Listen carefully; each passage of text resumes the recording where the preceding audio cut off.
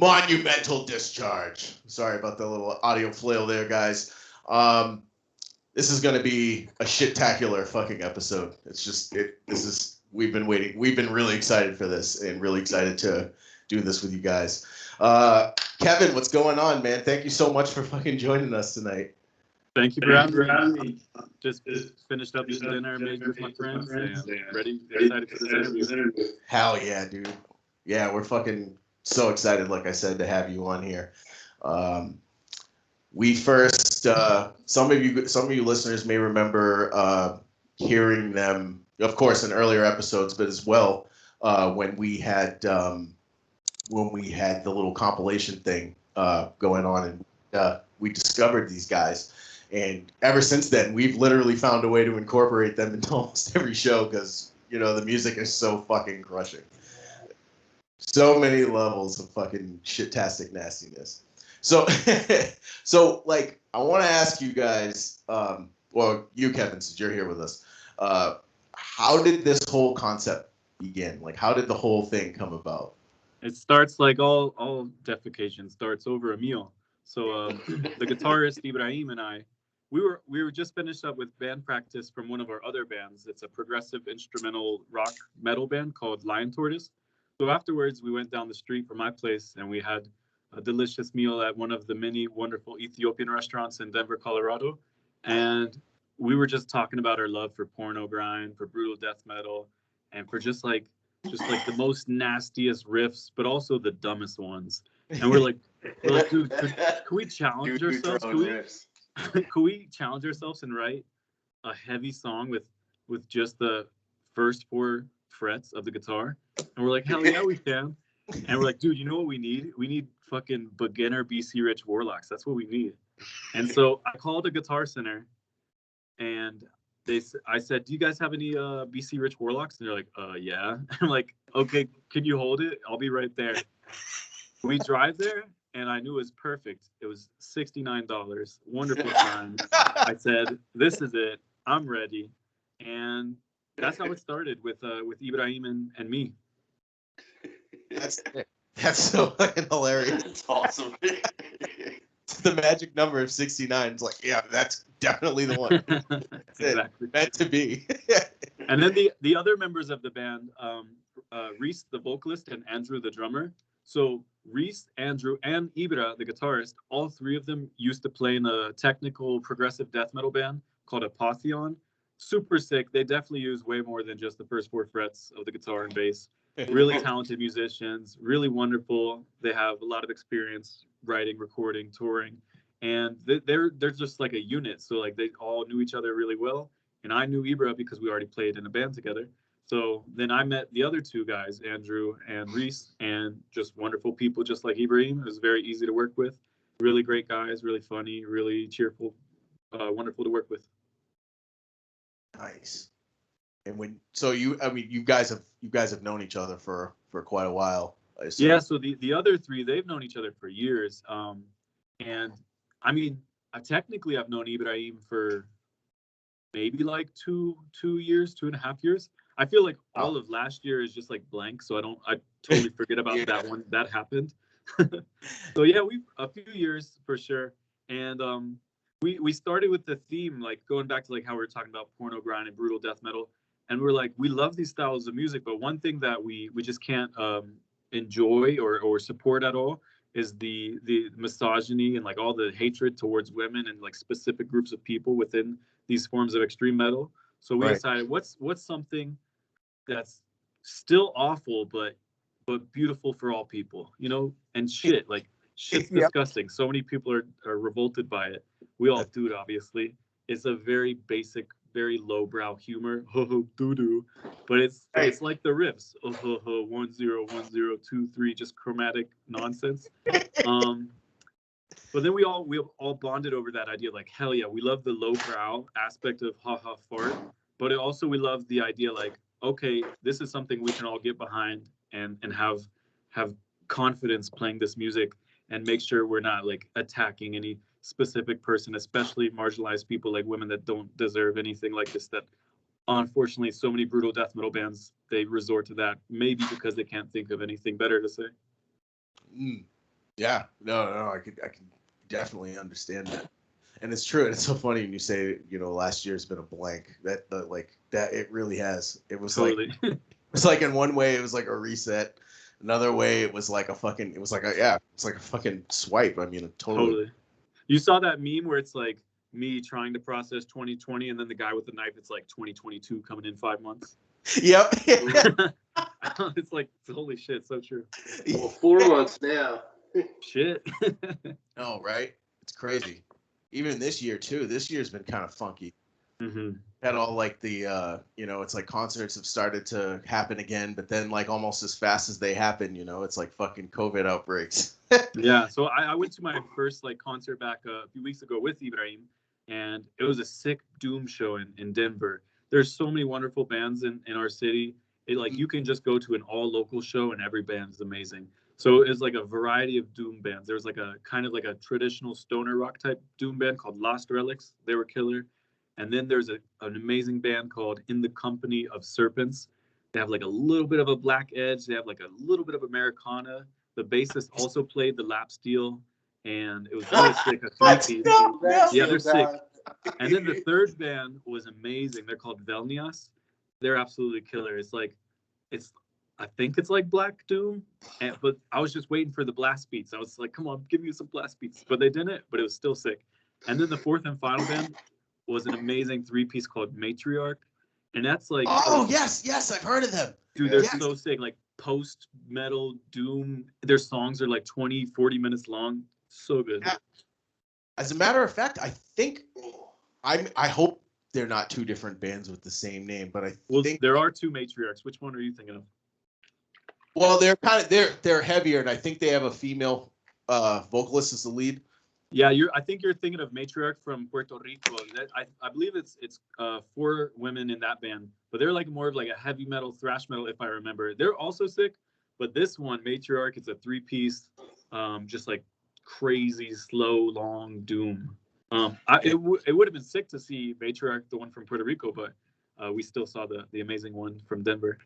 Wow, that's awesome. Yeah. It must be it's definitely a different band then. Uh-huh. That's awesome. Yeah, we actually we have some friends out in Colorado. I think it's the Denver area. Yeah, shout them out. Ground Zero Promotions. Look, Have you heard of them? Or they? I think they do a lot of. They're like a collective, and they do a lot of shows around in the area. Or they're like a network. We had them on the show a few weeks ago. No, it was just funny that you guys are from the same area. There's a bunch of wonderful people working in the extreme metal side of music here. So many wonderful bands. That's so awesome to hear. That is so awesome to hear. But actually, I have another quick question. Yeah. So the artwork, that album cover is my top 5 easily. It's an incredible, anytime I show it to anybody, I showed it to my kid and she started dying laughing right on. And it's so amazing. yeah, man. I mean, you said it yourself, the relatability of shit. I mean, it's such a primal thing, and exactly. It absolutely this. How does it not fit into the concept of what you guys are doing? It's perfect. It's like, as a musician myself, I'm almost I'm smacking myself. It's like, damn, why the fuck didn't I think of that? Because it's so awesome. It's such an awesome concept. Thank you. Yeah, that art is made by an artist from Cuenca, Ecuador. His artist name that you could look up on wherever, on any social media, or just online to see all his credits. It's Inhumar Flesh. It's INHUMAR Flesh, Cuenca. So, or you could just go to our Bandcamp and find the artist name. But he's an amazing artist, really, really talented guy. He studied graphic design at one of the most prestigious universities in the country. And that's what he does for a living. He just makes art, works in graphic design. He does a lot of work in the extreme metal side, but also does a bunch of different stuff for anyone that needs visuals. He also did the logo for the band. And if you look very closely in the H of discharge, there's a tight little butthole opening up. But yeah, the album art, it was great because we like the band and I, we're all talking like about ideas, like, oh, what should it be about? What can we do? What are some ideas?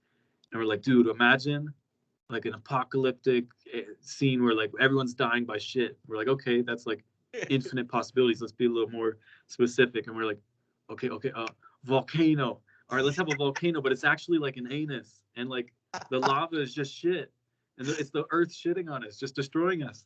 And going back to what we were saying about like we want our music and our lyrics to be brutal and disgusting, as you can see with the artwork, but we don't want it to be like targeting any one specific person because that's obviously not right. So what I've made clear to the artists is like, all right, definitely don't make it just like only women as victims. We want men, women, intersex people, anyone, everyone's welcome to be victimized on the album cover. We love you all enough to kill you with shit.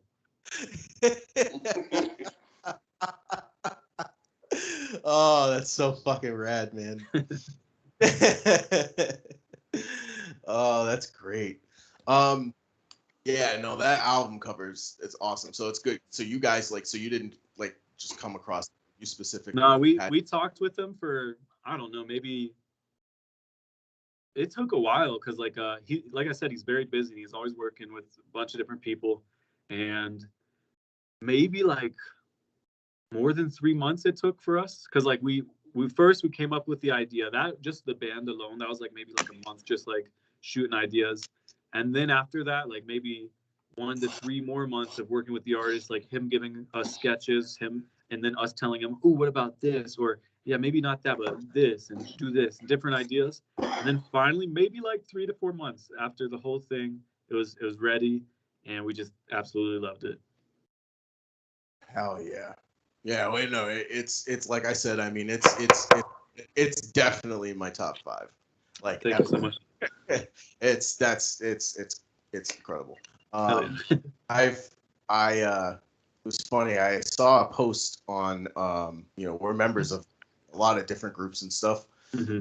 I saw this post and it was like, label your top 5 albums, and I didn't even realize it said black metal albums in them, and I immediately posted you guys' albums. I was getting stuff together for the interview, and hell yeah, it's like, 100% this, and I'm pretty sure there's people in there that they're like, yeah, this isn't black metal, but still this is incredible. Right on. So, yeah, no, it's fucking awesome. All right, well, I'll give everybody a chance here. Well, I'm sure everybody that's tuned in has listened and heard is familiar with some of you guys' stuff, but I don't know. Is there any song? All right, so are there any like funny stories that you guys have about like recording songs, or any song in particular? I mean, all of them. Like one thing we all joke about, we're like, dude, like, how are we not gonna laugh our asses off when we're in front of an audience? Like, how do we keep a straight face? Like, because like obviously we like to perform and not just like play the music, but we want to like give a good performance, and like part of that is like the mental concentration and like be in the attitude. But like when you're like singing about like apocalyptic shit storms, it's like, how do you keep a straight face? So that's like one of the challenges that we have. But like one, I guess like a general thing with all the songs is all 4 of us come up with song title ideas, and we already have the music written, but then we'll come up with song titles, and we have like a Google Docs just full of names, potential names we call them, and we give them to Reese, the vocalist and lyricist. He's actually an amazing wordsmith, and all the bands he's worked with, he does a phenomenal job with his lyrics and his poetry, and he continues to do great with his fecal forgery, his fecal poetry here. So like we'll give him song doodlings. Yeah, we'll give him song titles, and he's like, I know exactly what to do. For example, abstract shit stain. It's like, what the fuck? I was gonna make. Yeah. And if you see the music video for it, which is like kind of disgusting, but but if you watch the music video, that's really like the story of the lyrics. It's like someone sees like some weird shit stain in their pants, but it's more than just a shit stain. It's a connection. It's someone talking to them, talking through them. And so So yeah, he's a phenomenal artist with storytelling. We'll just give him 2 words, and he's like, got it. All right, yeah. So with that, let's kick off with that one. Hell yeah. Abstract, abstract shit stain. This is a great song. I did see that video. It was fucking epic. All right, we'll kick this off, guys. Carnage Radio rocks, fuckers. Fuck you.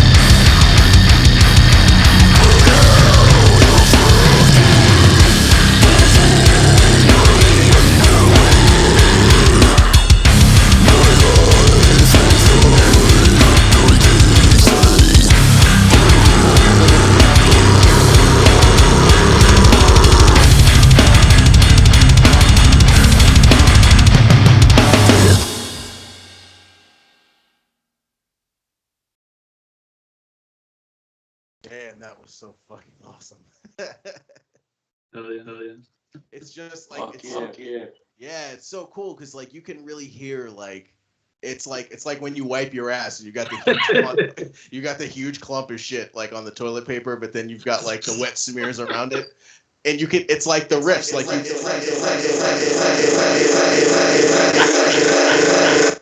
we're in an alternate dimension. That would be a sick That's riff. a Dimension X glitch. Yep. Yeah, it happens on our show every now and again.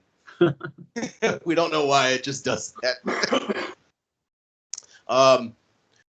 Yeah, but yeah, it's the drippage is fucking. She's a stinky boy. Yeah. That's a fun one. I mean, like they're all fun, but I like the groove in that in the beginning riff. I think that was actually the very first riff I ever wrote for the band. So like I said, that $69 guitar that we bought to start the band, as we went there, I picked it up, I plugged it into an amp just to feel it around, make sure, it's worth $69, but like what the hell guitar is not worth $69. Right.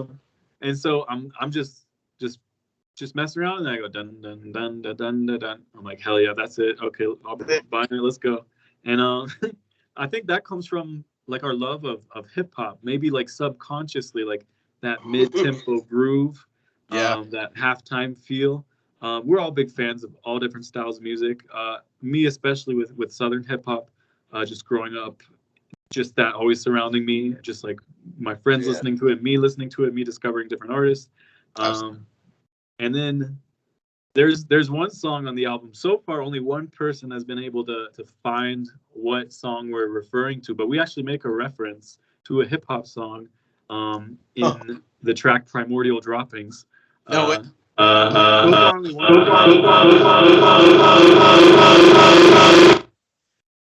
sorry. It's the fucking warp. Yeah. But that's a fun one too. And same thing with like the lyrics. Like basically the story I said about abstract shit saying that works for all the lyrics. We just come up with song ideas and Reese, he's like, got it. Tells the story that way. Hell yeah. So Primordial Droppings has I completely missed over that, and I've listened to this. Oh yeah, you know what? As a matter of fact, guys, I think I definitely completely slipped on mentioning the album name. Which is, true.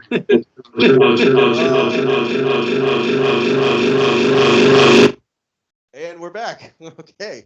It's Unfathomable Defecation. Yeah. Unfathomable. So how did the album title come about? Was that just same way as or did you guys like have that in mind beforehand, or? So we came up with the song title, and we're like, which song should be the song title or the title track? And I think we all agreed like Unfathomable Defecation, like an insane and incredulous amount of poop. And so like looking at the album cover, like that seems like an insane amount of poop. That one probably seems like Unfathomable Defecation. So that one was very fitting, and we just went with that one. It was our first single too. It was a little short boy. We made a video of it, a poo-poo playthrough. We're all sitting at our toilets in our respective homes. And I was most impressed that our drummer, Andrew, was able to fit his entire E-kit in the bathroom. And and the video that's on YouTube is actually the second version of the video. The first version, you could just see the vocalist's dick the whole time because we're all on the toilets. And he's just fucking screaming into the cardboard of the toilet paper roll, and the whole time we're like, "Hey man, your dick's out." So he went back and just censored it that way, no one would be upset. Right. Oh, like honestly, that whole thing together just sounds fucking amazing. Oh, all right. So let me see. Now, I wanted to ask this too, and you kind of clarified it a little for me. So $69 BC Rick Warlock. Yes, So these songs are on 6-string. Yeah, they're on 6-string drop B. That's so awesome. So Ibra, the guitarist, and me, the bassist, we write the riffs. We both start them on guitar, and then so the writing process when it comes to the string parts is there's like 3 different processes that we use. Or maybe I guess 2. One style is I write the song the whole way through, either like 90% or 100%. And then if it's that song, then I record the guitar and the bass. Or Ibra writes the whole thing 90% or 100%. And then he records the whole thing on guitar and bass. But then we have our little shared babies. We're like, I'll come up with the riff, he'll come up with the riff, he'll change a little bit of mine, I'll change a little bit of his, and then we just record like. He'll be like, okay, I'll record guitar and bass, or like I'll record guitar and bass, or you record bass, I'll record guitar, whatever. But for the bass, we use his Dingwall. It's a 5-string, and for the recordings, and we also run it through his Dark Glass, which sounds so good. But then for other performances, I use another BC Rich Warlock, but a 4-string bass, also tuned to drop B, But yeah, so we use 6-string guitars, and for live a 4-string guitar bass. That's so cool because I definitely didn't think that. was the case. I thought you guys were at least using 7s. Yeah, we use drop B because it's once again a joke. Like, haha, drop vowels. What? As many lowbrow jokes we can make. That's that's so good. That's so good. Oh, man. Now, all right. So we got the tuning. That's awesome, and I love and how you guys approach your songwriting is fucking awesome too. Yeah, Like, it always feels natural, and it's always fun because we're like, if we have that dumb laugh, it's like, okay, that riff's sick. If we're going, that's so awesome. And it's cool you guys like share like duties too, you know, like, oh dude, yeah, right. Share duties. You said duty. But yeah, and then so we share the writing process, and then the next step is Andrew. We give it to Andrew, and he has a phenomenal ear for telling us if this is like the quality, if this fits the style. So we've sent him some songs before where Eber and I thought, yeah, dude, this is gonna be a sick Monumental Discharge song. And Andrew's like, we're like, really? And then we listen, and we're like, oh, dude, of course you're right. And then we get rid of that song. Or we'll send him things and we're like, ooh, try this, or maybe that. He'll give recommendations for the guitar parts too. We'll do that, what he says. Usually it's fucking sick. And then he just does his magic with drums. He's a phenomenal percussionist. Just so amazing. And then the final part is just vocals and lyrics. So like I said earlier, like, all right, Reese, here are the 2 words to get your brain thinking. What do you got? And then he's like, crafts a story right there. That's awesome. When you have a lyricist that can do stuff like that, like, I mean, that's the stuff magic is made of. Because I mean that you have that and a tight drummer, which your fucking drummer is ridiculous. Like, he's amazing. He's on fucking point, you know, hitting the block or the bowl, however you want to put it.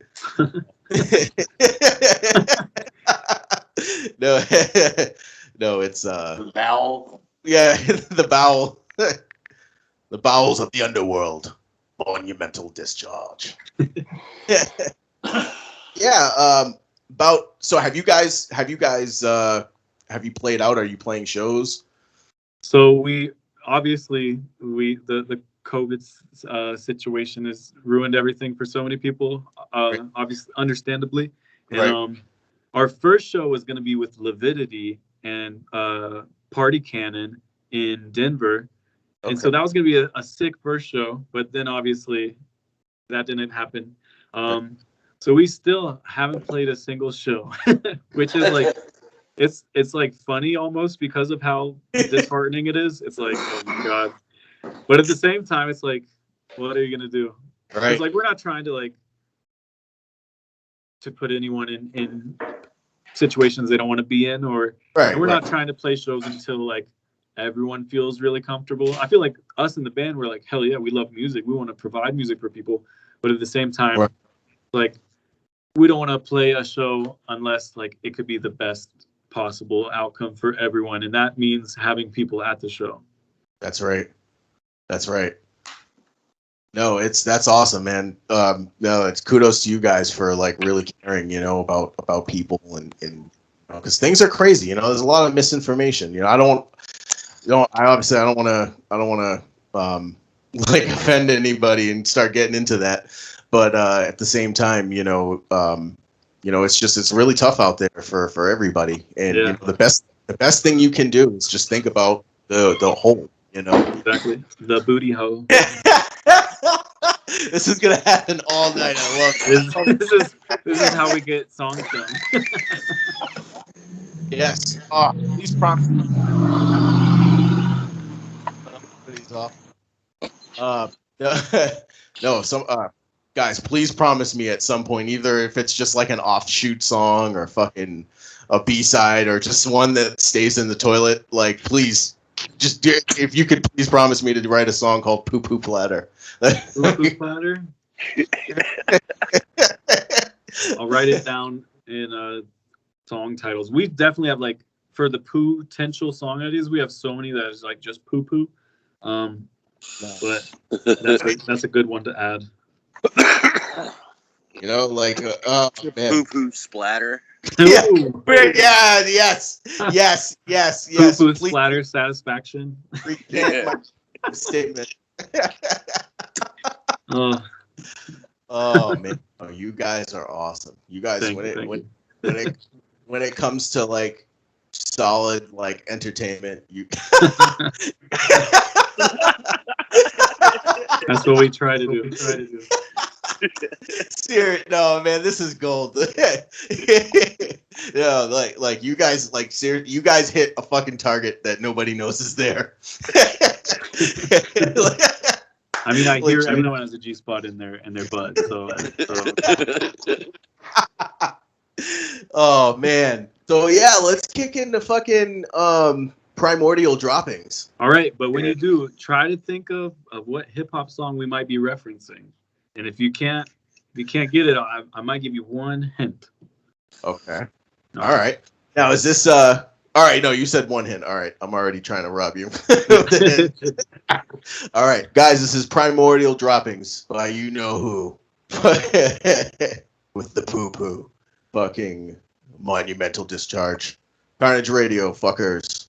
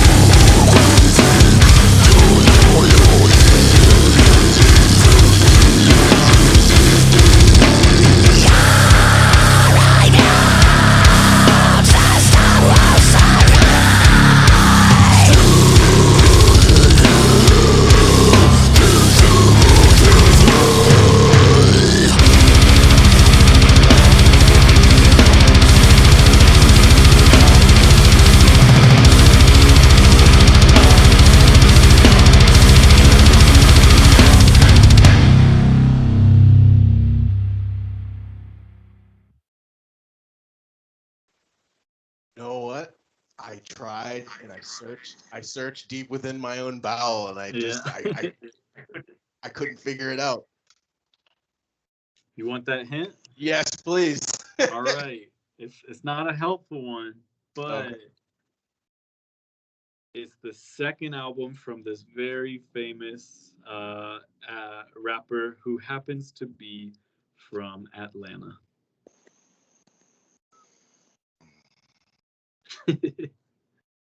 It's the lead single, the biggest, the single. I think I'm pretty sure the first single from the second album, and obviously the biggest song from that album. It's his second album, and he's a rapper from Atlanta. Biggest song. Second album. Yeah. Atlanta. Atlanta. He's from Atlanta.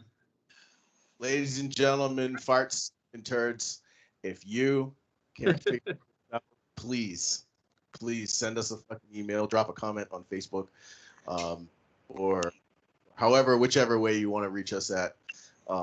If you guys can figure this out, because we'll take a thought and tell us the answer at if you don't mind before for the end of the show, because I really want to think about this. Hell yeah. Damn it. All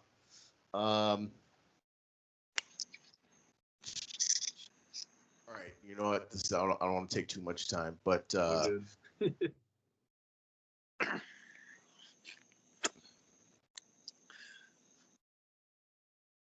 no.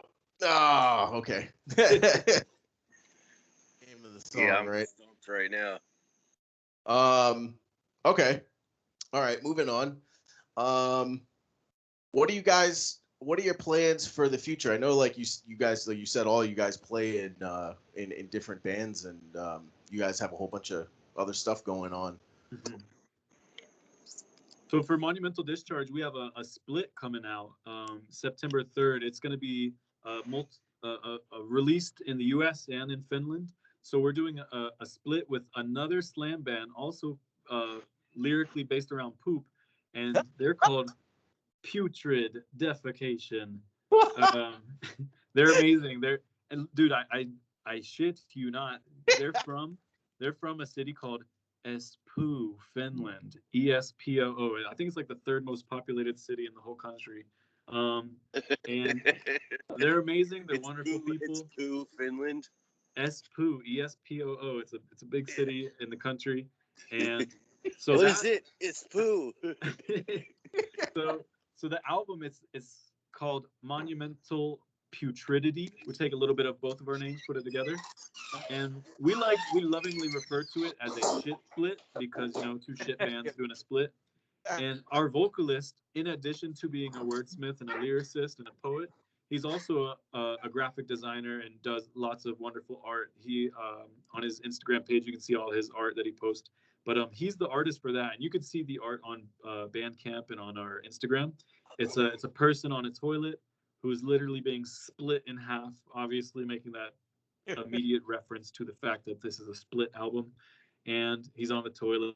It's a shit split. That's what you're gonna get. Four tracks, 2 from each band, and they're great. So our songs that are opening, the first song is called Latrine Throat, and I first heard that term when I was like 15. I was with a friend of mine. He's hilarious, and he was like just telling us about all these like disturbing, gross things. And one of the things that stuck was latrine throat, and apparently, it's where you cut someone's throat and then you defecate into the wound. And I was like, that's insane. And then I also thought of the idea of a reverse latrine throat, where you shit down the person's mouth and cut it, and then it comes out the throat. You're a bastard. It's a full mouth. Yeah, I think latrine throat, just those 2 words. Latrine throat. Yeah, I think that has a good flow to it. So we stuck with latrine throat, and then the second song, Homicidal Constipation. And so That's awesome.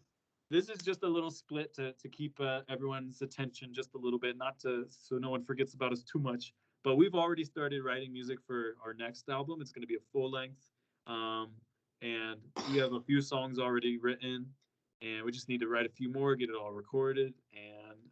But that one will be for later. This one, the split with Putrid Defecation from Finland, that one's going to come out September 3rd digitally, but also on CD and cassette through the band's record label called Staden Rec, and that's in Finland.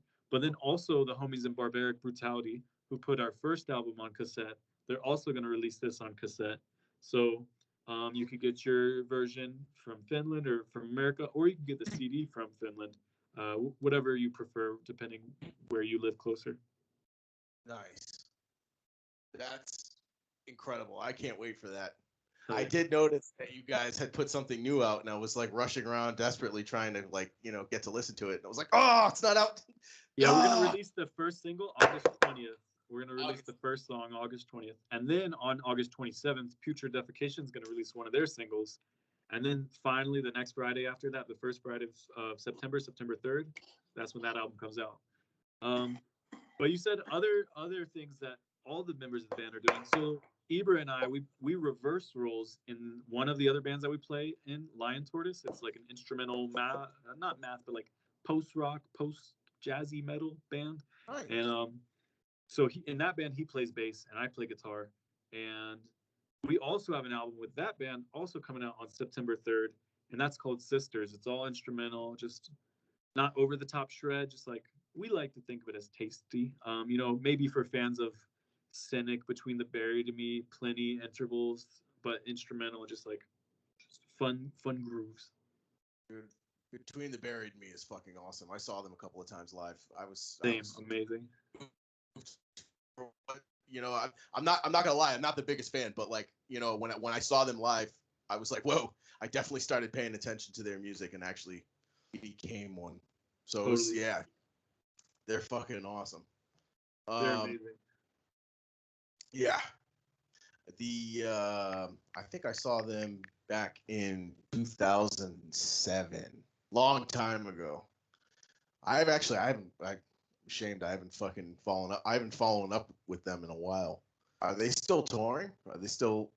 Yeah, they're coming up with a new album. It's Colors 2. I don't know the release date. They released at least one single, and it was killer. They had I think at least 3 guest drum solos. One was from I think Mike Mangini. The other ones were Naveen. I can't remember his last name. He's the first drummer of Animals as Leaders, and he also plays in Theos. I think it starts with a K, his last name. But and then I think another drummer did a guest drum solo. Maybe Luke Holland, I think is his name. Oh, but okay. That's a killer track, and the album's called Colors 2. And I'm excited for it. I like everything Between the Buried and Me has done. But yeah, I've also seen them a few times. I think when you said 2007, I'm pretty sure I saw them maybe that same tour. But oh yeah, there was, I can't remember the other bands that played. I want to say it was Chiodos, but I could be wrong. I could be very wrong about that. But I had, it was, I don't know. Yeah, it was, God, so many drugs back then. No. Let's see.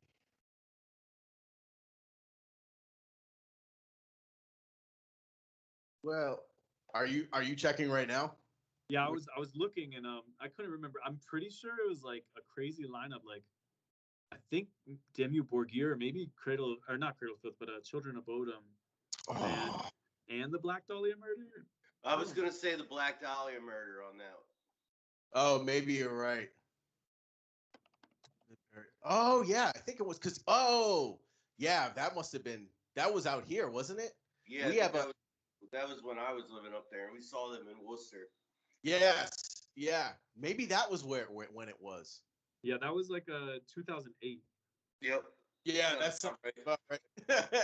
When it was when Black Dahlia was filming their Fool 'Em All tour video. Yeah. Yep. Oh man. Yeah, they have the out here. They have the Metal and Hardcore Festival. Yeah, the New England Metal and Hardcore Festival. Yep. I've that's one of my dream festivals. To be honest, like I hate festivals because like just the idea of being around so many people is like it's kind of like anxiety inducing for me. I'm like, oh my god, there's so many human beings. Right. But at the same time, it's like, wow, all these amazing bands. And so like that's a dream festival for me. And obviously Maryland Death Fest for like the American festivals. And then there's this one that's happening, I think this month or maybe next month. Psycho Las Vegas. Dude, yeah, so many amazing bands like Cannibal Corpse, Emperor, Mayhem. My friends who are 2 bands from Denver, Chemist and Glacial Tomb, are playing. And then also Randy Newman. That's the fact. Yeah, he's like the ice cream on top of that fucking mountain right there. Totally. Yeah. That's fucking ridiculous. What the fuck is he playing? Oh, that's amazing. Coming up after Cannibal Corpse, we have Randy Newman. Right? He's just like, no, I want to do my song with them. That would be fucking awesome. Just brings out his fucking crazy red piano.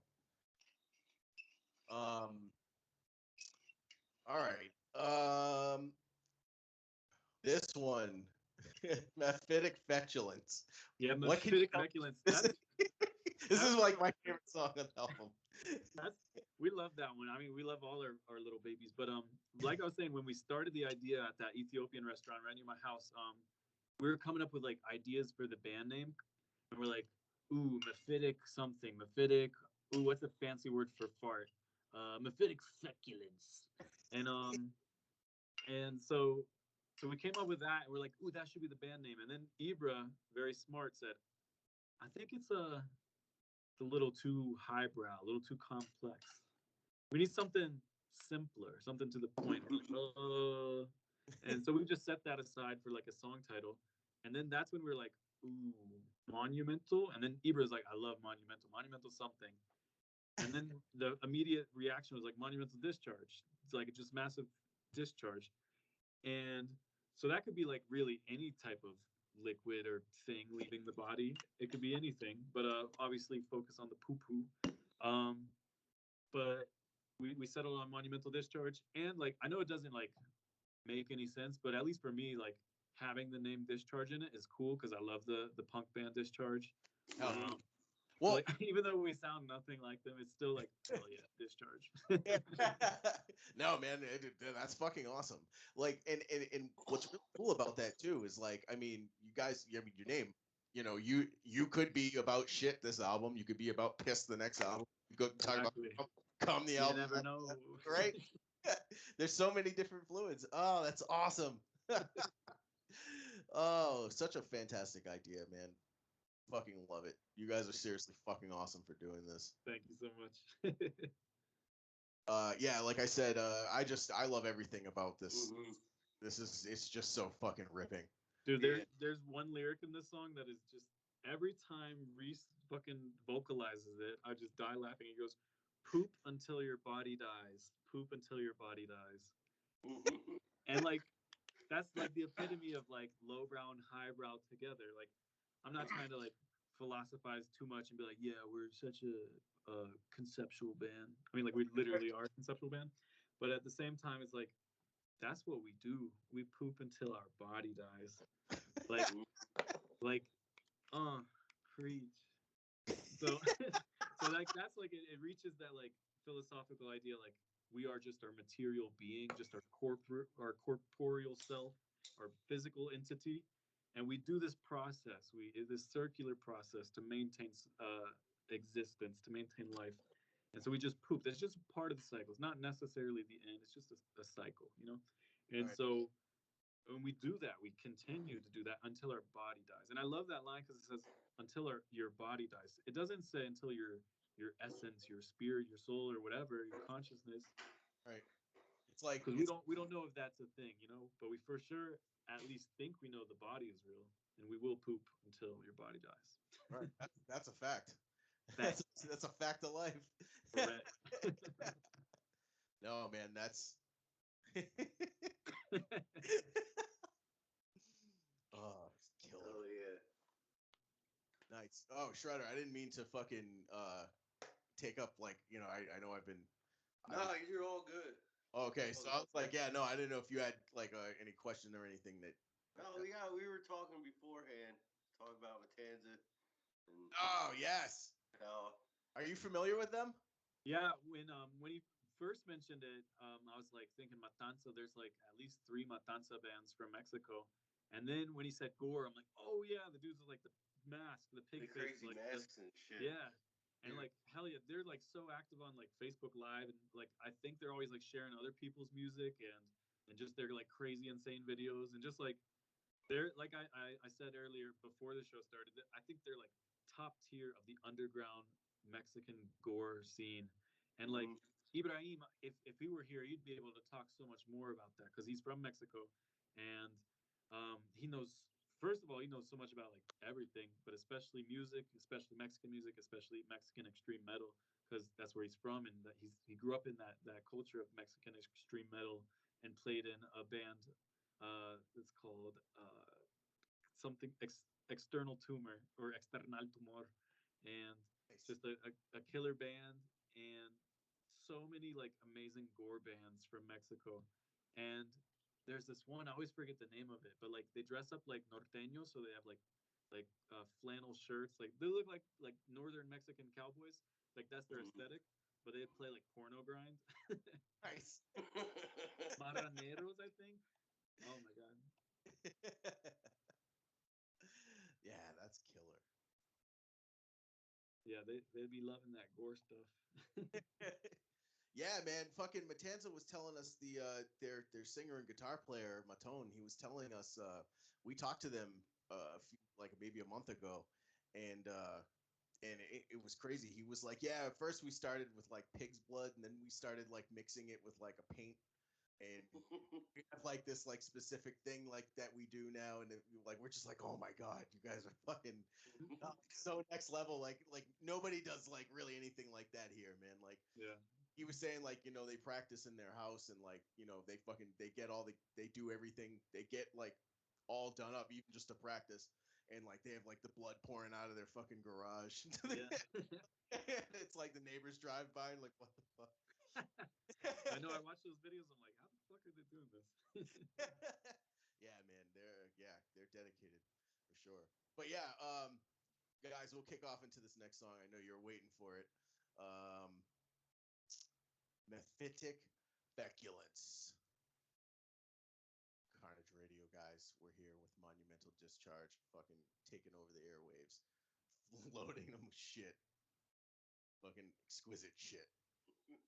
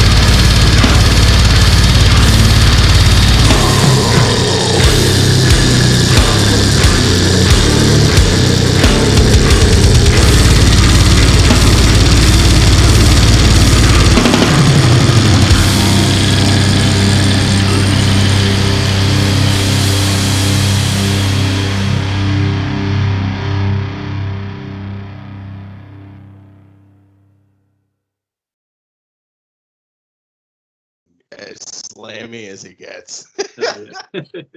Those fucking the pinch harmonics, like the harmonized together. Oh, that was great at the beginning. Fucking the fucking the sample, the fucking breakdown was fucking, it's so crushing. I love that song personally. Oh yeah. Thank you so much. That's a fun one. So the part with the harmonized pinch harmonics, the drum is in the background. So we call that the porno grind beat, because like so many porno grind bands, that's like the main drum rhythm, like kick snare, kick snare, kick snare, like kind of that tempo too. And it's funny, like the band that I was talking about before, I tried to remember their name. I just remembered it's Marranators, and that name in itself is already funny because it's a pun on, like, it's like making fun of what a lot of thrash metal bands do, where they just add tor, like Annihilator, Destructor. Yeah. And so what like a marranera is like a pigsty. And so what goes well with porno grind? Pigs. What goes well with gore grind? Pigs. We were just talking about Matanza. They use pig blood. They dress up with like those pig masks. And so this band, Marranators, like they're crazy. Like their aesthetic, like I was talking about, is hilarious. They like dress up like the northern cowboys of Mexico. They have like their big sombreros and their like flannel shirts, their denim jeans, and they're just great. They're amazing. But like we do a porno grind beat in that song, and that made me remember the name of this band. So that one's definitely fun to play. And every time that riff happens, like Eber and I are like, oh, porno grind. Oh, it's so great. What is that from, if I can ask? I mean, I don't know. I don't know if you're. What's what from? The sample. I'm sorry. Oh, that's from Dumb and Dumberer. Yes. There's a scene where one of the characters has like chocolate in their back pocket, and I think he's like sitting on a heater, and the chocolate just melts. So he goes to the bathroom, and he just has a very hard time cleaning it up. And so when the dad comes in, what's his name? I can't remember. I know exactly. He's at. Everyone like makes fun of him, or like Bob Saget's character. He's like the dad. He's like the dad of like the love interest or something. He goes in and he's the one that screams that line because he thinks it's actual poo poo. Oh, shit everywhere. That's right. As soon as you said it, I was like, exactly. Yeah. Yes. Great movie. Yeah, man, we had let me see, we've covered a lot of ground as we've been going. It's been kind of awesome. Yeah. Also, I definitely want to say again, Kevin, thank you so much for joining us and doing this. Thank you. Mm-hmm. It's fun to hang out with you guys. Yeah, no, you guys are. You're cool as fuck. You're funny as hell. It's it's awesome. Thank you.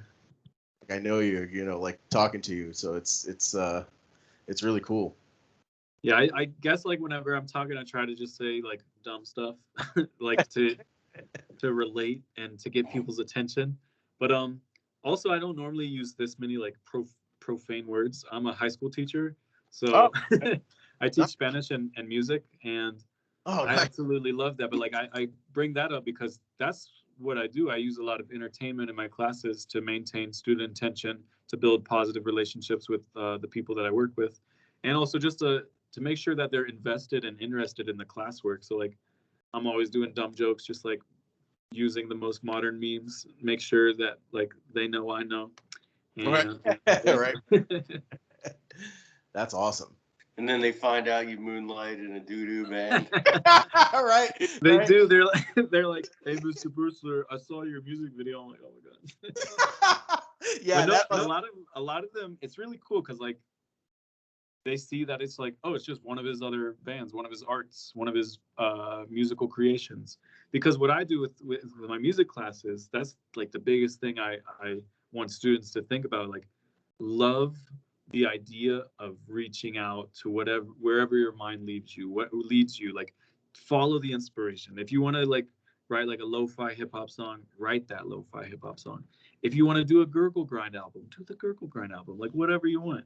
So like I always push them to really find what they love. So explore different styles of music, of sonic exhibitions, and just like find what resonates with them, find where they can express themselves truly as a person, and also challenge themselves. Listen to things that you probably want to listen to. You might say, okay, I don't want to do that, I want to avoid that. Or you might be like, dude, that was a killer chord progression, let me try something with something similar. So when they find out I'm in a slamming brutal death metal band with lyrics about shit, I think they're just like, oh yeah, I can expect that from him. But also it's like, this is what he's talking about. It's like, write what you want to write, do what you want to do. Right. Yeah. You're teaching by doing. You know, that's Exactly. that's a big thing. Now, did you study music? So my first like formal education of music was in high school when I studied Western music theory with a phenomenal teacher. He's also an amazing organist. He also would say stupid jokes. He'd be like, "I used to have the biggest organ in Oklahoma." Well, like he literally did have access to the largest organ in Oklahoma, and he's a wonderful guy. And so he taught us Western European music theory from like the Baroque period to like the early Romantic period. And so that was like my first exploration of a formal music education. But I started playing guitar and bass just independently and learning independently when I was like 11. And then when I went to college, I studied Spanish and Latin American history. But then I also took some music classes. I didn't major in it, but I did. I finally took my first ever guitar lessons after playing music for like 10 years. I started playing classical guitar with Dr. Stephen Robinson from Stetson University. That's why I got like long, weird nails on my right hand and short ones on my left. And then I continued to study music theory at the school. But I would just look at the syllabi that all the courses offered, and then I would just go and do all that project and all the work by myself. Obviously, I didn't have any teachers to guide me, but I'm always fascinated in education. That's what also pushed me to do a master's in education, specifically with a concentration in linguistically and culturally diverse education. And that relates back to the other thing I do where I teach Spanish. Just love language, love music. It's really like the same thing, just expressing ideas, sharing my idea with you, sharing your idea with me, connecting, collaborating, defecating, you know. Yes. 100%. Oh man. Oh man, you're definitely you seem like a highly intellectual individual. And it's really been awesome talking to you. Thank you. So I wouldn't say I'm a highly intellectual person. Everyone everyone has their own field of knowledge and expertise. Like, right. I mean, like I say that I'm like I have 2 university degrees, but at the same time, it's like it don't mean nothing really. Like, right. It just means I did this thing instead of all the other things everyone else did. Right. But yeah, I mean, I guess it just gives me time to think of these fancy words to talk about poop, even though Reese is the mastermind of the words.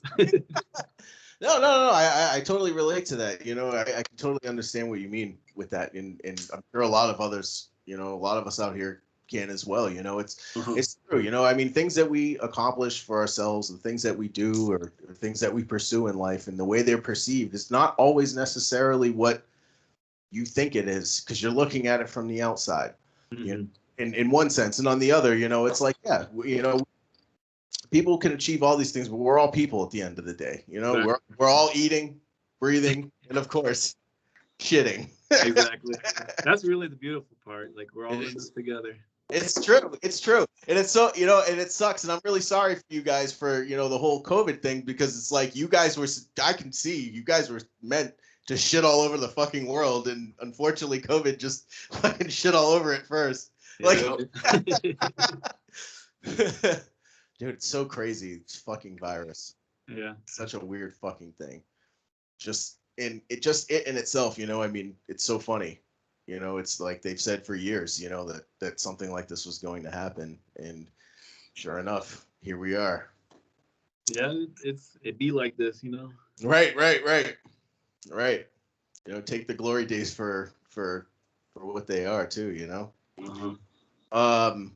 But yeah, so I think we're gonna take a quick short break, and we will be back on the waves in a few minutes. So in the meantime, check out the legends on the radio, and we'll be back in a couple minutes.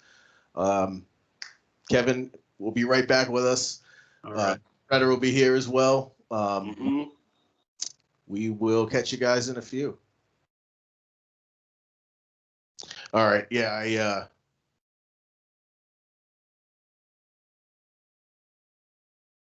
I figured you guys, I don't know if you wanted to take like a shitter break or a bathroom or whatever. I'm gonna smoke a cigarette. All right. I'm in a little fucking confined like closet, so like it's I'll fucking kill myself if I light it. No, this has been a lot of fun, man. Oh yeah. I'm in my makeshift music studio / bedroom. I love it, dude. You've got some sick fucking axes back there, man. There's some more. I don't know if you can see all of them, but there's 15 right Holy there. shit. Yeah. I use each of them for at least one band. Some of them I use them for like 3 or 4 different projects, but You got a lot of Floyd Roses. Dude, I love Floyd's. I love Collars. Yes. I got on my Strandberg. I have the Strandberg tremolo. That might be my favorite. But I love the feel of the collar. The headstock. Yeah, I hate those things though. They look so weird. dude. Like, have you played one? No. Me personally, I love it. It's like so lightweight. It's almost scary lightweight. It's like why is this so light? Like I think like 5 pounds, and Oh it wow. feels great. Like you're standing, you're performing, and like you don't realize you have a guitar on you. That's sick. And I also use it for one of my death metal bands. It's called Ghost Spawn. It's like progressive black death doom. It's just like a mix of them, and Nice. I love that one because I tuned to E standard, just normal standards on a 6 string, and it's like a baby blue guitar, and I play like black death doom. Fuck So yeah. I love it because it's just like it's the epitome of the opposite. Fuck yeah, dude. You're right up my alley. I fucking love it. But at the same time, I love fitting to what the trend is and using stupid warlocks for slam. No, man, that's fucking badass. That's also exactly what's needed. Exactly. It is, man. Sometimes you gotta like push the boundaries and like, no, I'm gonna do the different thing, and other times like, haha, warlock. Yeah, right. There's fucking space for it all, especially nowadays. I mean, everything's so compartmentalized, and there's there's so many different niches, or however you want to say it. But like infinite. Yeah, there's infinite. But like when you go inside them, it's like each one of them's their own universe. Like there's, Totally. yeah, it's nuts. I talk with my friends who don't listen to metal, and like they're just like trying to wrap their mind around it. They're like, "What? Why don't you just call it metal?" I'm like, it's not. Metal's a different thing. Right. I'll be right back. All right.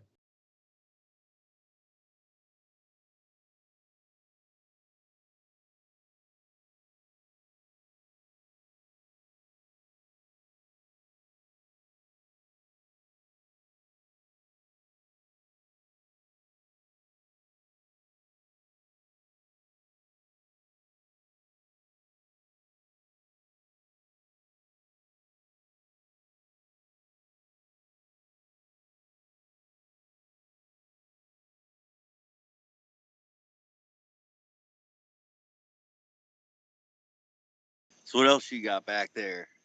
I got my BC Rich Mockingbird, and that's another one of the cheap ones. So that one was $50, and Nice. so you know how like the very cheap BC Rich is like BC Rich bronze. This is an even cheaper one. It's called Bronze by BC Rich. So like the headstock, it says bronze really big, and this was just like I think brand new. It might have been like 100, so I got it for 50. And then I put a Fishman Fluence on it with a rechargeable USB in the back and a collar bridge.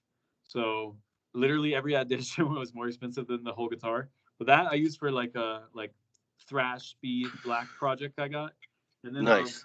The Strandberg 6 string, the baby blue one, I use that for a few. I use that for Lion Tortoise, that instrumental prog band. I use it for Ghost Spawn.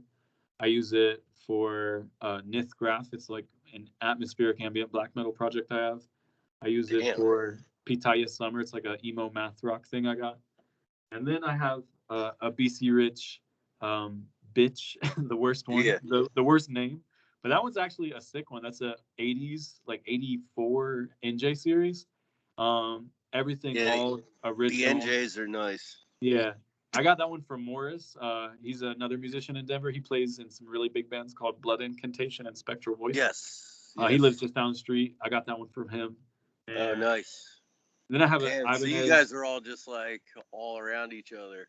Yeah, it's crazy because there's like so many of us, and it's like a relatively small city. Like LA in the 80s. Yeah.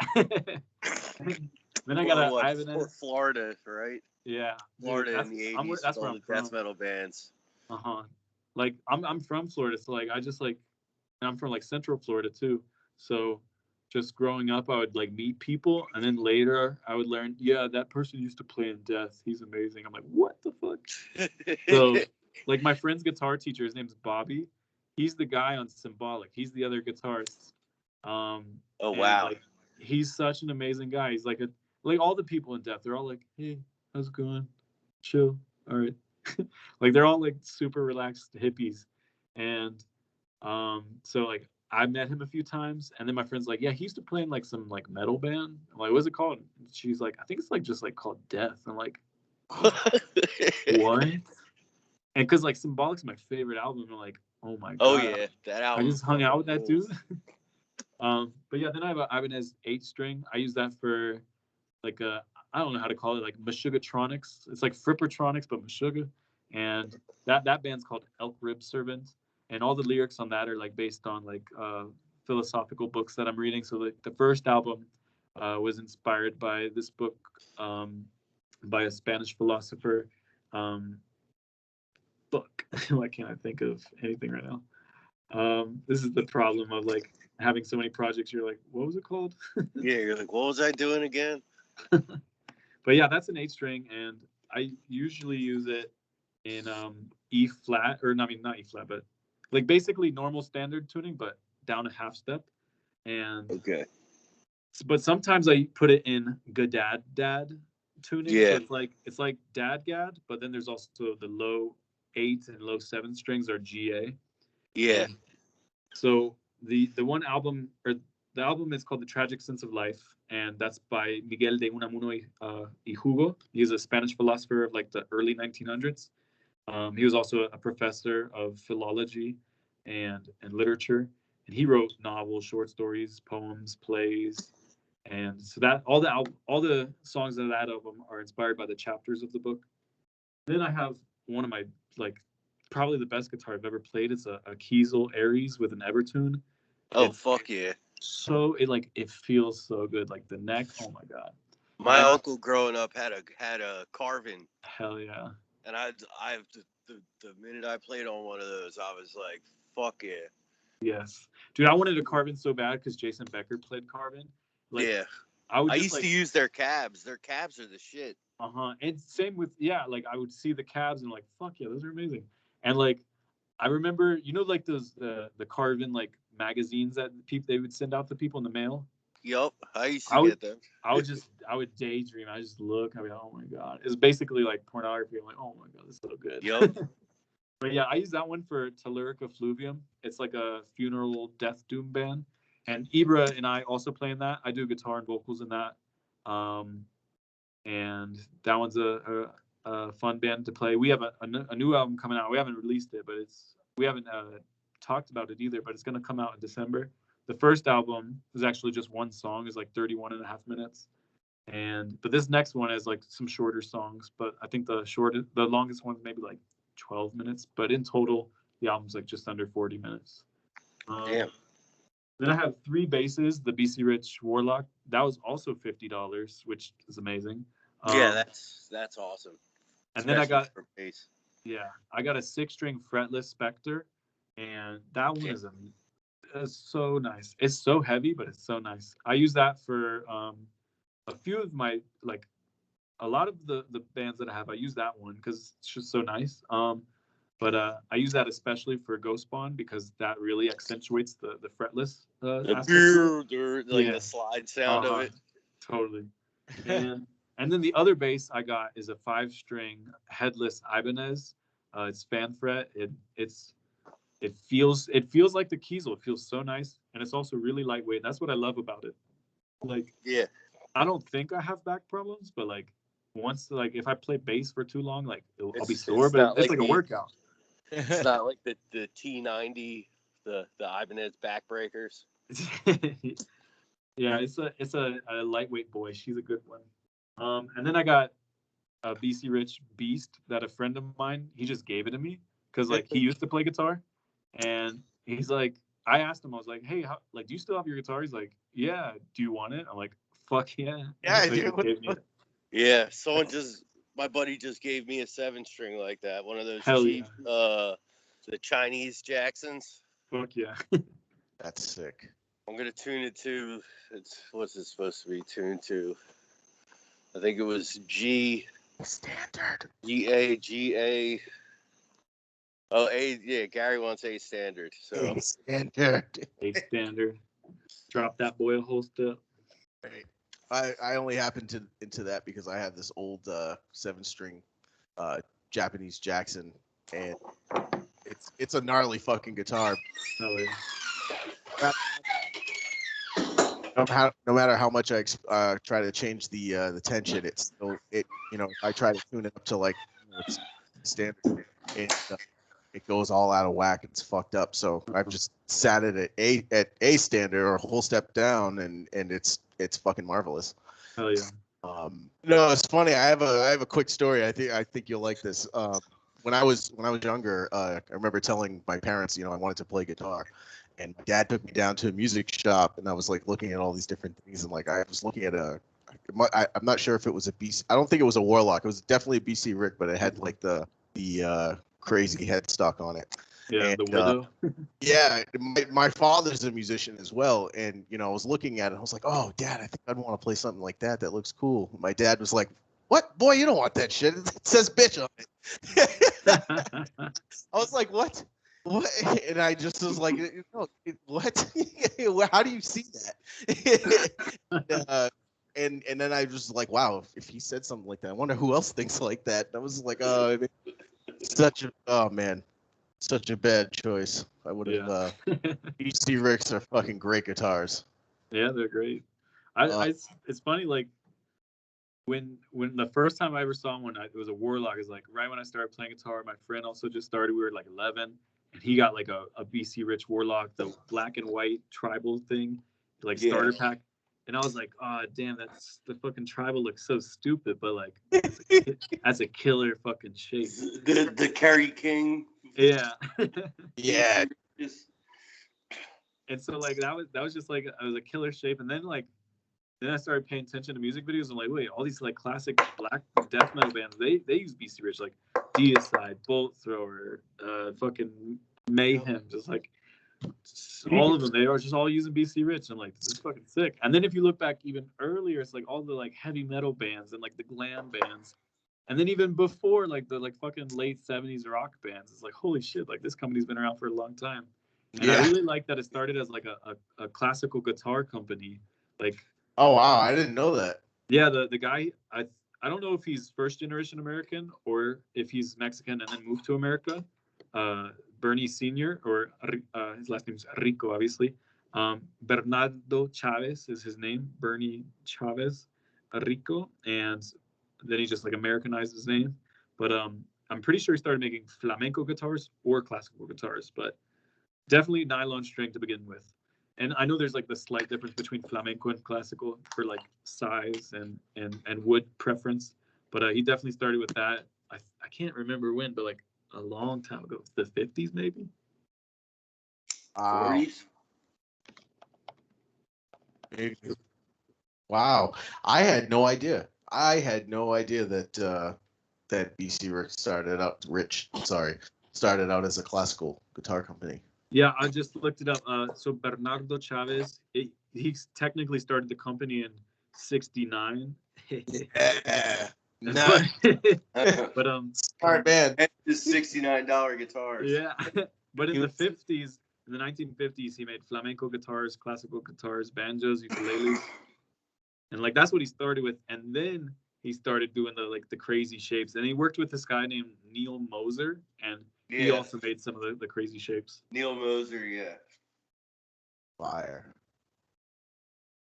All right, I'm gonna bring us back on Right. real quick. That was fucking awesome. Let's see.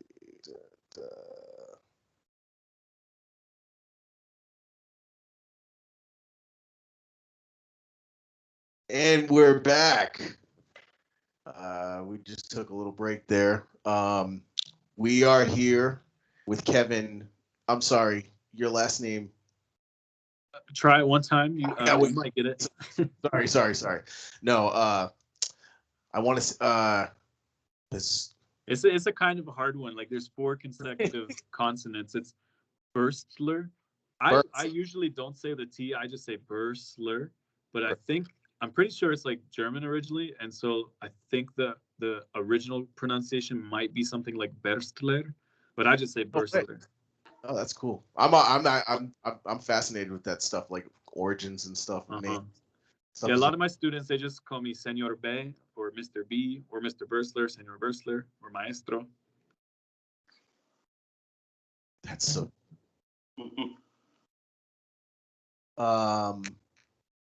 Senor Caca. Say it again. This is Senor Caca.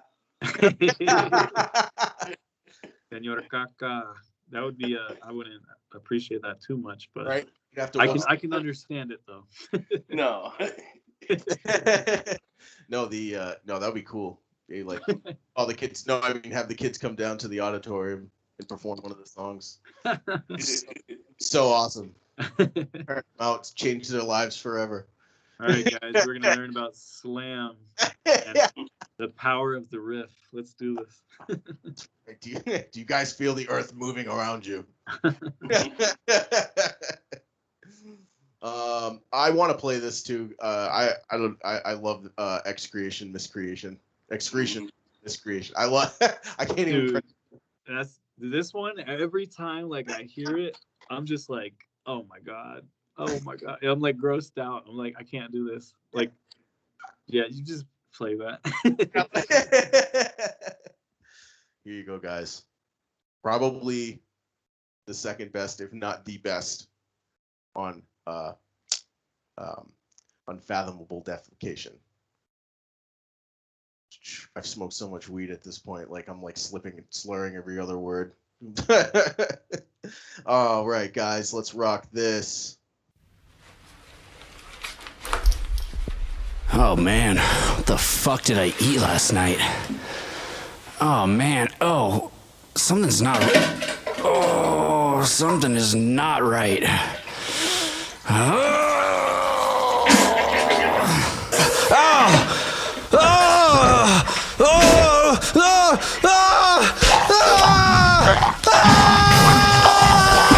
Jesus! What the fuck?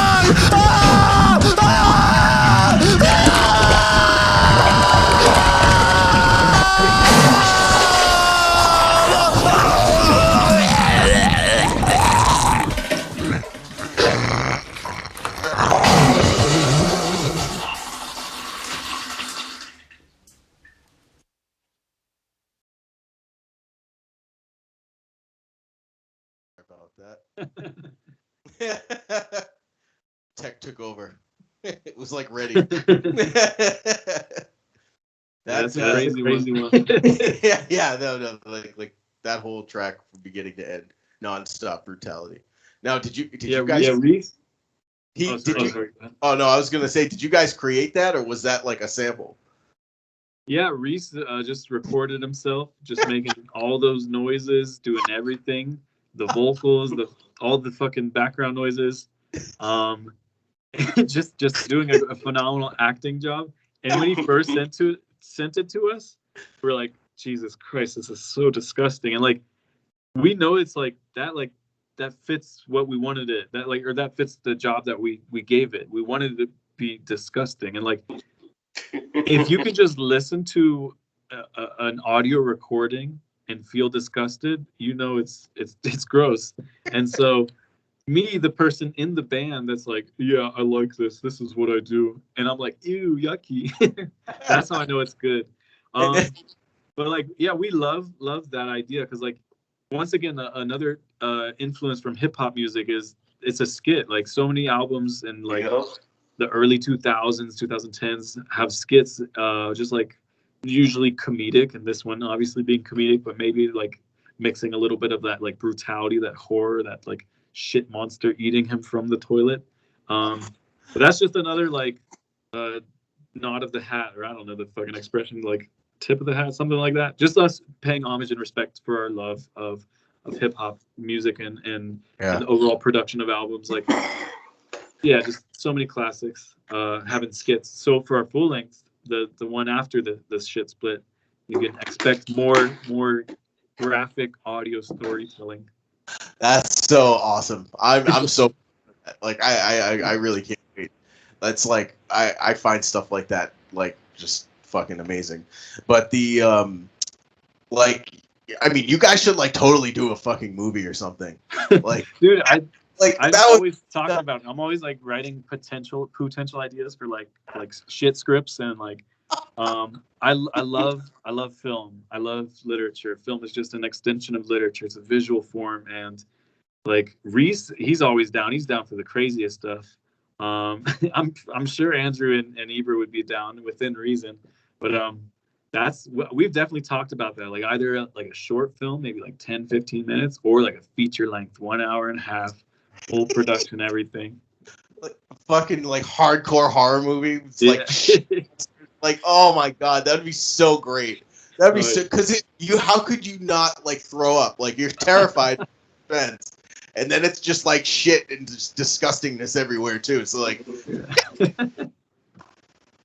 oh, you guys are on to something, man. Oh god, it's so cool, so fucking. Let's see. Let's kick off. Oh, excremental void. Void is pretty great. Hell yeah. Do you have anything about this song?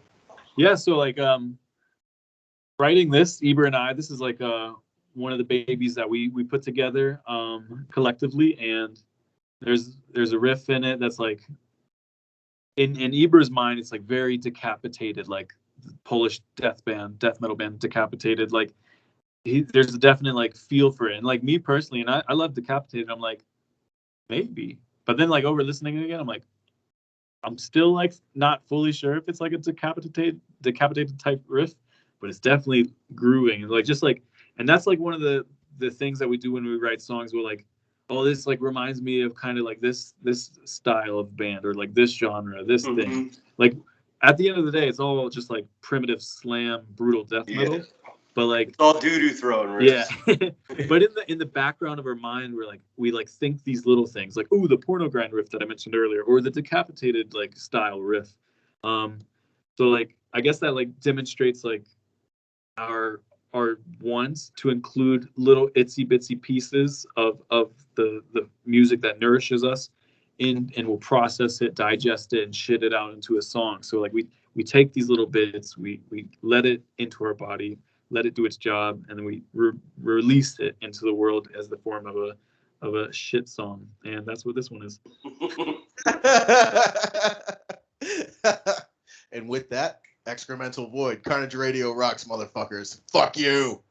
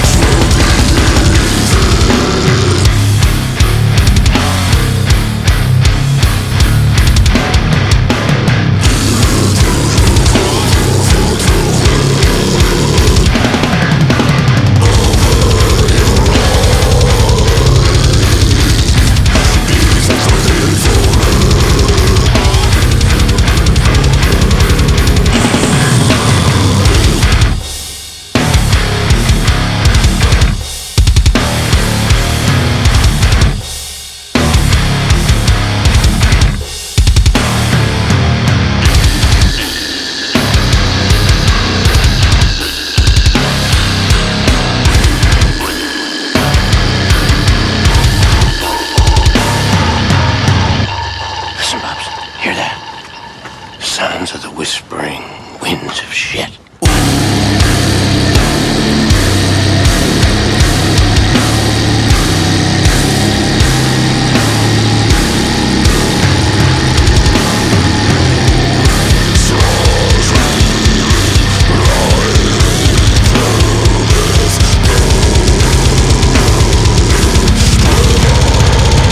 Shit winds are a coming. Whoa.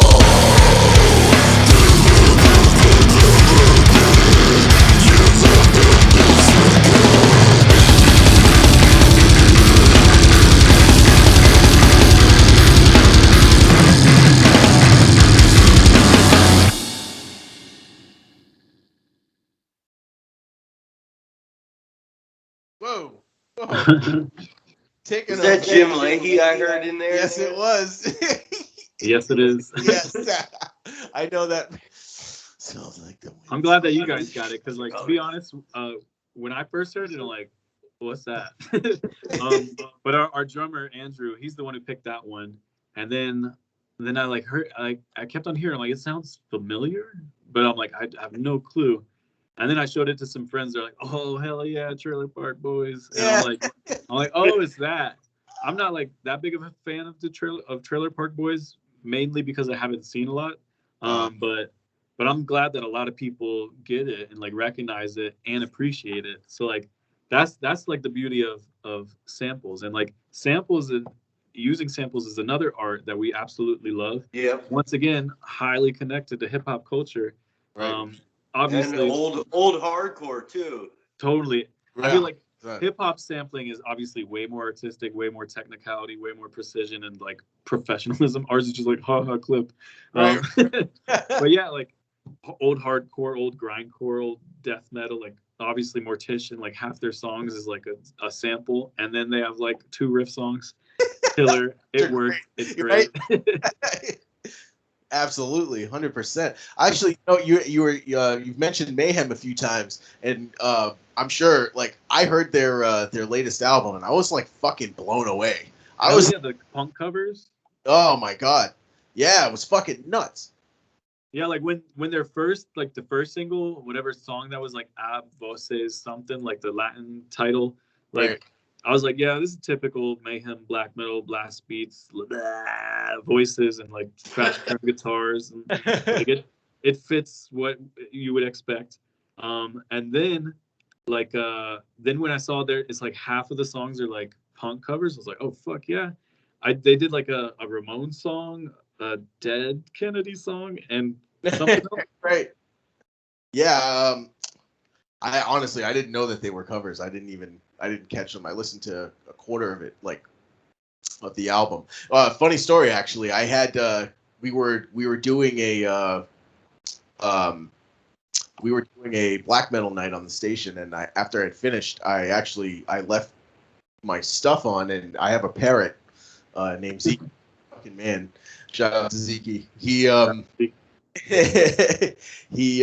So I left on, the Mayhem was playing, and I left him on, and it was like playing next to him like all night long. And I went down, and I hear it in the morning, and I'm like, oh my god, the bird's been listening to this. Like, so I go downstairs, and my parrot's like bobbing his head up and down. Zeke's just like totally, and he does that when he's wicked happy. And I was like, oh my god, so funny. Birds are hilarious, man. Totally.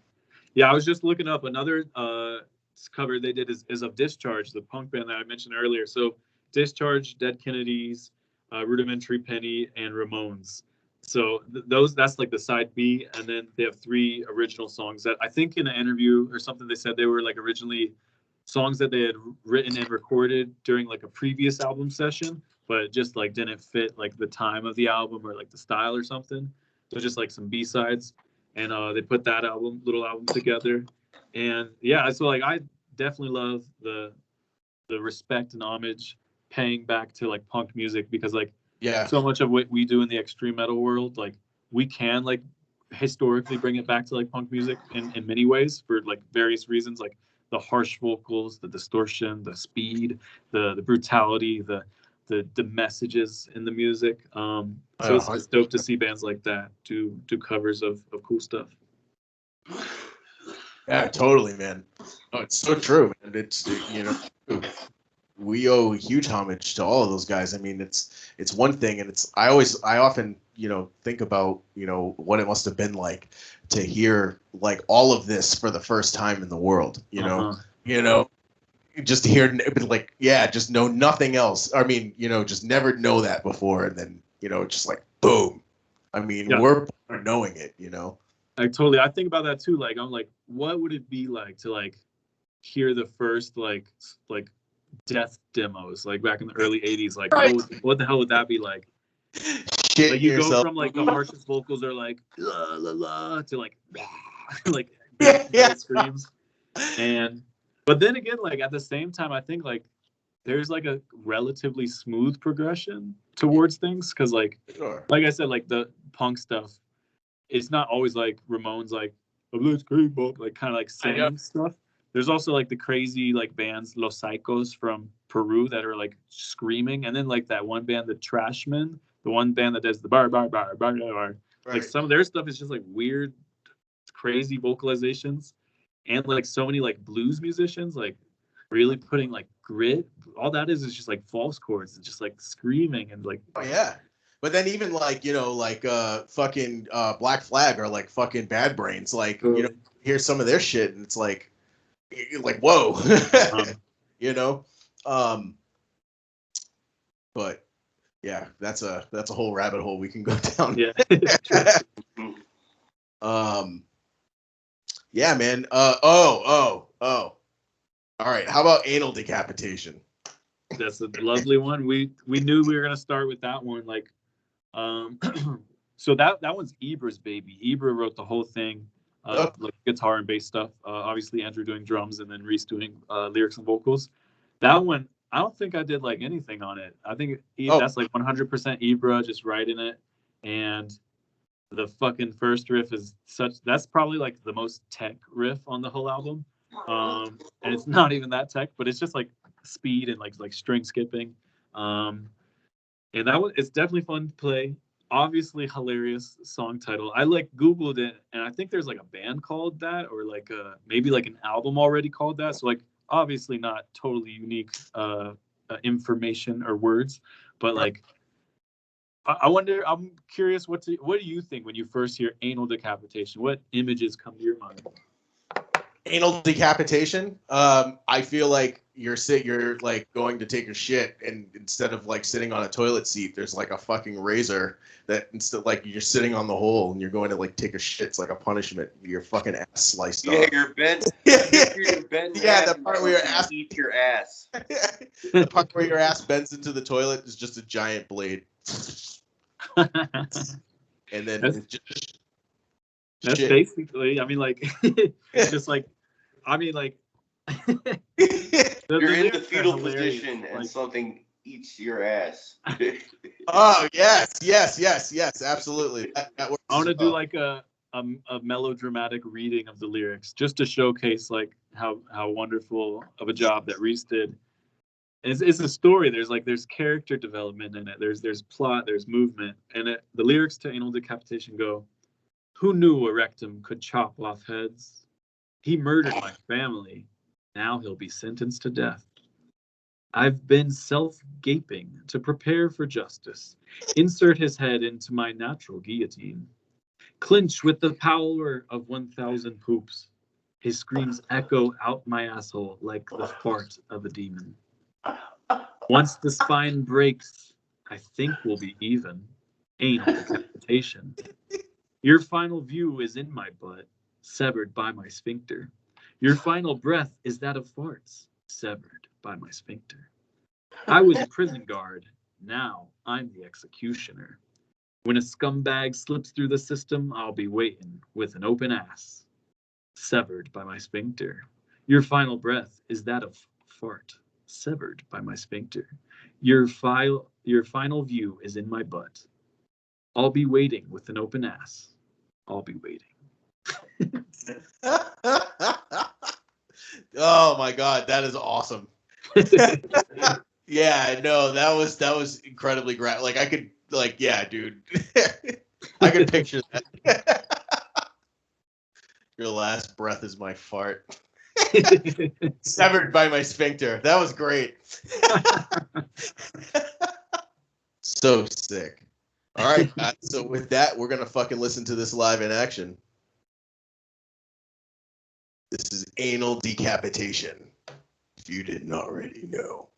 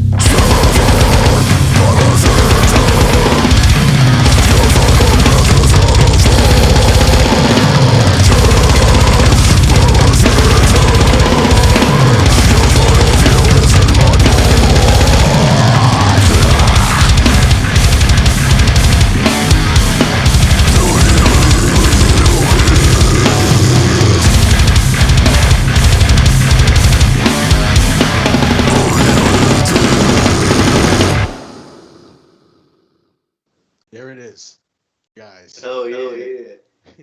We have been, well, we haven't been, but they definitely have been. Monumental Discharge reinventing the brown sound. Fucking awesome. Oh man. Now, forgive me. I might be mistaken. I don't know if we did. Did we play Unfathomable Defecation? Nah, we didn't. We talked about it as when we were talking about the title track. We haven't played that one yet. So is this was the one that solidified the whole album together? This was guys decided to represent the whole album. Exactly. So like, just like the title of it or of the song, and also just the idea, the message, the lyrics. We're like, okay, this fits the best with the album cover. This one makes the most sense. Like the song we just listened to, Anal Decapitation. Like if you see the album cover, it's like, well, No one's decapitated. Maybe, yeah, I see the anus of the volcano, but like that don't make sense. Right. So if you like just look through all the songs, like none of them really fit except Unfathomable Defecation. That one like really fits. Like that's an insane amount of poop. You can't fathom it. You can't think of it. So that's why we went with that one. But we come up with so many ideas for like potential albums, like, and like different concepts, different themes, different stories, because we're all like, one thing I think that we have in common is like the freedom to think, or like to think freely without too many barriers. Like what if it's like a team of people and they get together and it's kind of like Ghostbusters, but they fight poo monsters, but it turns out to be the poo monsters are the good guys, and they're trying to speed up the fucking Ghostbuster type poop people. So like, we'll just come up with so many different ideas, and just like the more ridiculous, the better. The more silly, the better. The more serious, the better as well. Like just any ideas possible, and like we have so many like different possible concept album ideas that we have. This one is a good one to start with because it's not overly conceptual. It's not like a story that blends characters across every song, but it's just like crazy amounts of poop killing you. Brutality. Hands down. So like for anybody tuning into the broadcast, like where can they get more from you guys? So if you're interested in this music, or if you have friends or family that's interested in this type of music and you want to share a little gift with them, we have 4 cassettes remaining of this album if you want the physical form, or you could just check out the Bandcamp digital form. You can get a high quality digital copies of all the songs and access to it on Bandcamp. And you could just go to monumentaldischarge.bandcamp.com. Just Google Monumental Discharge. You can listen on Spotify, Tidal Music, Apple Music, whatever music you prefer. Or let's say you don't have money, but you want to check it out, you could listen to it on YouTube for free forever. And if you're in Denver, you could come say hi to us, and we could, hang out, poop in the same toilet bowl, Fuck yeah. So like, yeah, just all over on any music streaming platform, whatever your preference is. But if you are like the type of person that likes cassettes, we do have 4 left. And we do have that shit split coming out with Putrid Defecation on September 3rd, also on cassette and CD, as well as digital if you prefer that. And once it's out, same thing. It's going to be online for free forever. So if you can't afford the physical, don't worry about it. You can check it out online. Well, we'll definitely be buying a copy of that. Hell yeah. I'm definitely excited for that, and excited for the new album coming in the future, as well as the movie. I'm expecting one in 6 years. 6 years is definitely doable. I'm totally interested. Like I've been talking with friends like unrelated to the band, but like I want to make a horror movie so badly. Yeah. And like I feel confident in my abilities to create things, because I feel like I'm pretty good with setting structures and routines and following up with them, and then creating it and getting it out. I just have to like come up with something that's worthy of being called like a shitty B horror movie. Dude, you can't go wrong with the poop, man. Exactly. Shit, it was just on the tip of my tongue. I was gonna ask you something. Shit. I just slipped it, but damn it, it'll come back. Yeah. So, like, outside of music, what kind of stuff you get down with? What are you into? I mean, like it's super simple, just like hanging out with friends. Like, that's one of the most impacting things in my life. Like I live with my friends. I live across the street from my friends, or I guess like down the road, because like same like apartment complex. And Nice. just like literally just like hanging out with the homies. Like I don't smoke or drink or do any of that. A lot of my friends do, and I'll just drink water when I'm with them, or like I'll just like fake pretend like smoke the air, just to like continue with the silly dumb vibes I give off. But literally just like being in the moment with other people embracing their existence, just letting them know I value them, I love them. Like that's what I love to do in my free time, just hang out with the homies. Obviously, I already mentioned this a few times, I'm a teacher, so like Right, I imagine. The most beautiful thing in my life other than music is like just like being able to like work with humans, with my students. Like they're all passionate, wonderful people, they're all talented, they're all smart, they're all creative, they're all growing, they're all going to be smart, they're all going to be creative, they're all going to be whatever they are currently and in the future. So like just like Right. just like working with them, like helping them figure out the solutions to their problems, whether it's academic, social, personal, whatever. But I also just love like reading, whether it's like poetry, novels, short story, plays, essays, newspaper articles, anything. I don't know. I love so many things. Drinking water is a good one. Lock it up. That'd be so awesome if there was like a fucking if like Poland Spring did like a Power Metal commercial for water. Their fucking their sales would go like they would quadruple. I'm down for it. Right? That'd be fucking awesome. All right, we'll kick off with this and we'll share some closing thoughts. Hopefully, that fucking question I was gonna ask you come back. This is the last song of the album. We've played through all the other ones, so this is it. Wow, yeah, wow, perfect timing. That's crazy. Hell yeah. Hey, nice stomach, bro. This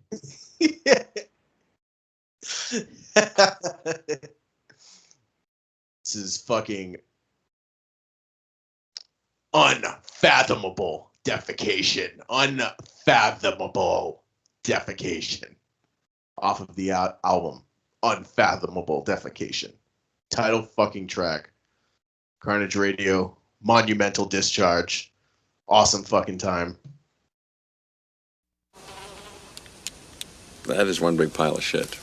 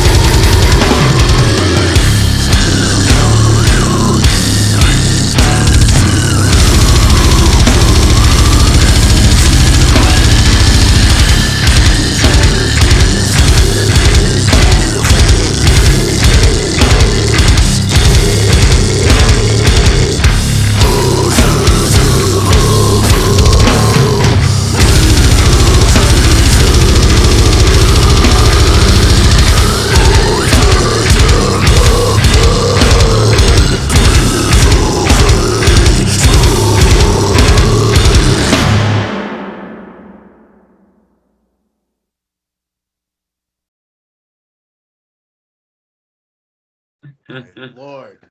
No, man. You know what's really, really awesome about this whole project and you and all of this? Like, you guys have found a way. I mean, like, you guys have like this really, really, really awesome creative concept. But then on the other hand, too, you guys have this really, really, really awesome music. You know, and you bridge them together so well. I mean, they fit hand in hand with each other. And it's like you could like I said, I mean, you guys like reinvented the Brown sound, you know, because, you know, I mean, it really does. It sounds brown. It sounds like shit, not, you know, not shit, but the fizzy, fuzzy distortion the Yeah. super thick low end of the bass. Yeah. The bottom end is really tight, compact, like a log, you know. And then the vocals, excellent toilet bowl vocals from Reese. Like I can't do it. I do vocals for my other bands, but I can't do any of the techniques that he's doing on this album. No, And he's fucking out of control. Yeah, shout out to Reese, dude. He's amazing. hella. What? I can't remember which song it is, which is a shame, but there's one song where he has like almost the whole song is just one scream. It's at least 30 seconds. And I know he's trying to break the world record, the Guinness Book of World Records, whatever it's called, of longest scream. So like there's like certain rules to follow. It has to be certain like decibel and it has to maintain within a certain decibel range. And it has to be like one, I don't know, there's a bunch of rules, but he's trying to beat it. His goal is to do 1 minute of a scream because the current world record holder is like, I think 40 something seconds. Wow. And in one of the songs, it's at least 30, maybe it's 40, maybe it's already close to the world record, but that's like a definite goal of his that he's mentioned with us before. And like, just like, yeah, that the toilet bowl gutturals, the lows, the mids, the highs, the squeals, I don't know what they are called, all the stuff he's done. But then also to go back to the very kind words you said, thank you so much. Like it's very, very kind to hear that. And we're glad that you pointed out those two things because we put a lot of thought and effort and energy into those two things, like the mind part, like the conceptual part, like the ideas, the story aspect, what's gonna hold this together. And then we also put a lot of time, effort, and energy into the riffs and the structures, song, the styles, the tones, the tempos, every little aspect. Yes. And like I said, we'll like come up with ideas. We'll send it off to Andrew, and he's either like, hell yeah, fucking love it, or we'll be like, I don't know. We'll just toss those songs, and So it's like it's a great like, hey, here's a rough draft, and he's like, sick. Here's my recommendations, fix it. And we're like, we'll just do this process until we all come to an agreement. We're like, all right, hell yeah, thanks for everyone sharing your thoughts. Like this is a sick song now.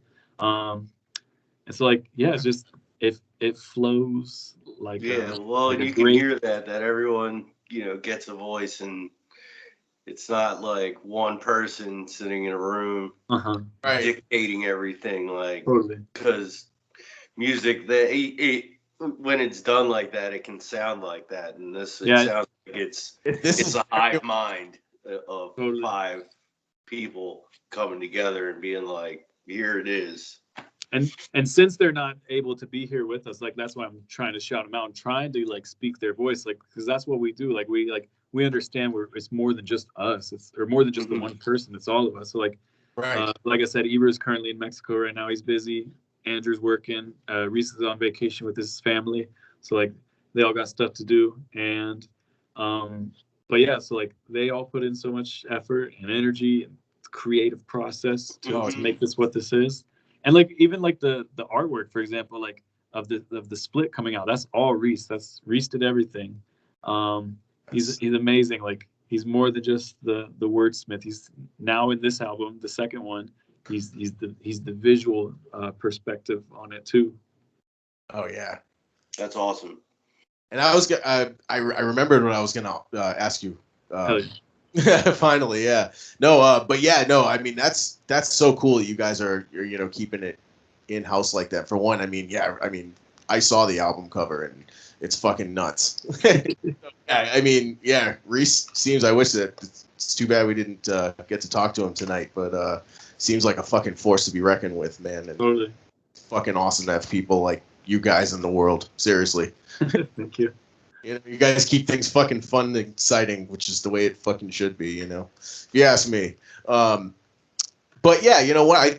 I feel like, too, one of the many elements that makes you guys so fucking awesome is, and you said it, you tailored all the sounds to where it sounds like shit. And it's funny to say that.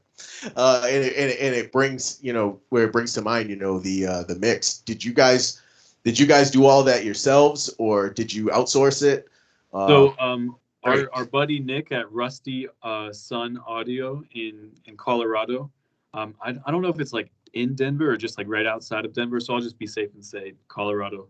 But he's an amazing mixer, master, engineer, audio producer. Rusty Sun Audio is the name of like the actual studio. And Andrew, the drummer, he's worked with him before. Andrew does session drum work for various different projects like thrash metal, heavy metal, death metal, black metal, all the more extreme stuff.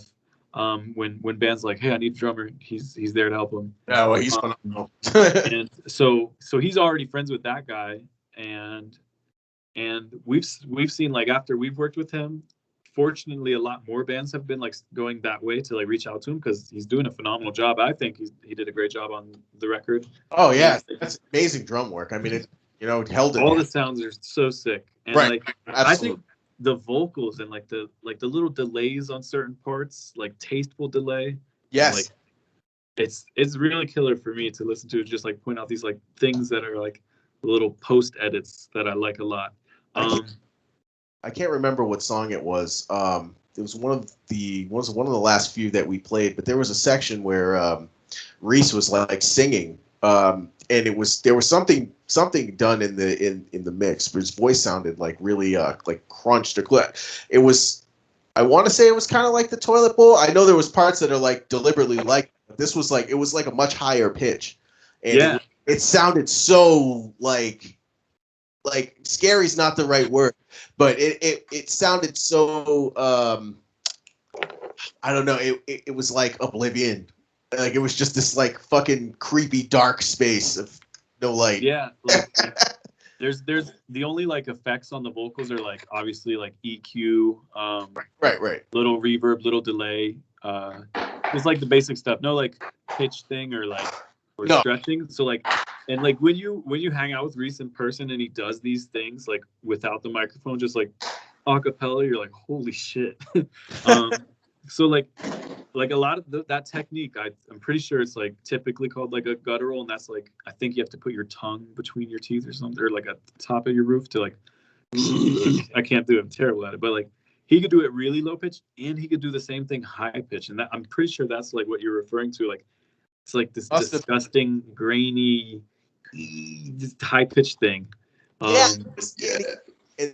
Like those, like, there's his guttural vocal sound is fucking phenomenal. Mm-hmm. I think it's because it just sounds dirty. Totally.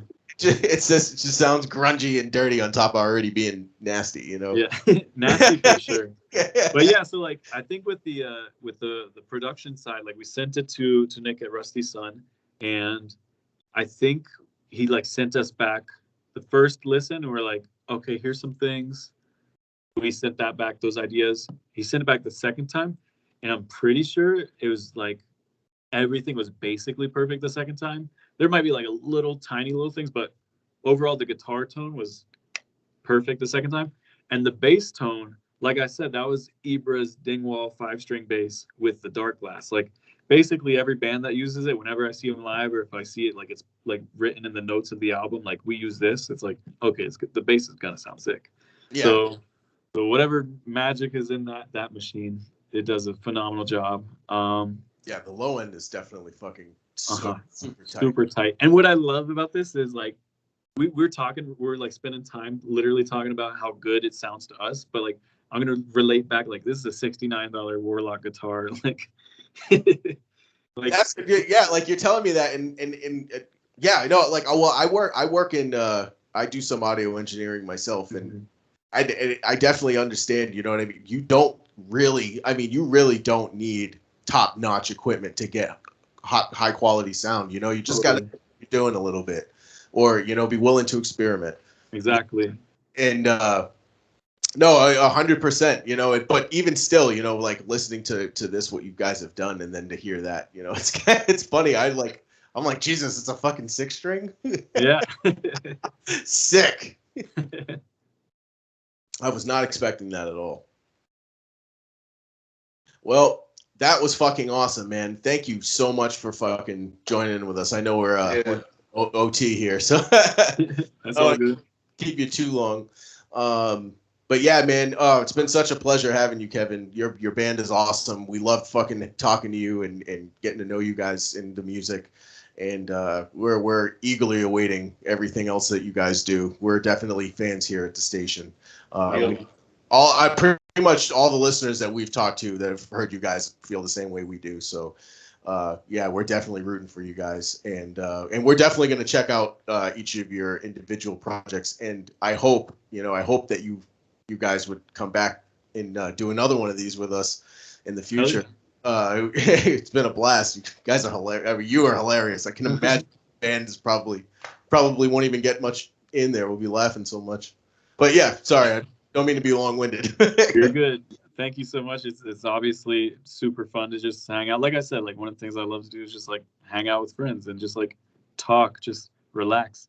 And so like it's always great to like talk about things we love. So obviously we love music and creation and extreme metal. So like it's definitely a pleasure to spend time focused on this. And then it's like humbling to be like, oh, you're talking about my music, oh tee. But it's like I'm glad that you guys are able to like listen to it and find some enjoyment with it. Like I'm totally aware of like not everyone's gonna listen to it, nor is everyone gonna like it.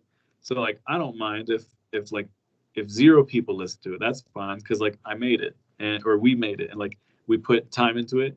And as we just created the thing, we don't expect anyone to be like, oh, this is the fucking best, or like this is okay, even like. Right. But so like having you guys like actually take time to listen to it, talk about it, like that's like very, very nice for us and humbling, as I said. So we're definitely appreciative of just you guys and your interest and the work that you do, supporting extreme metal and having us on.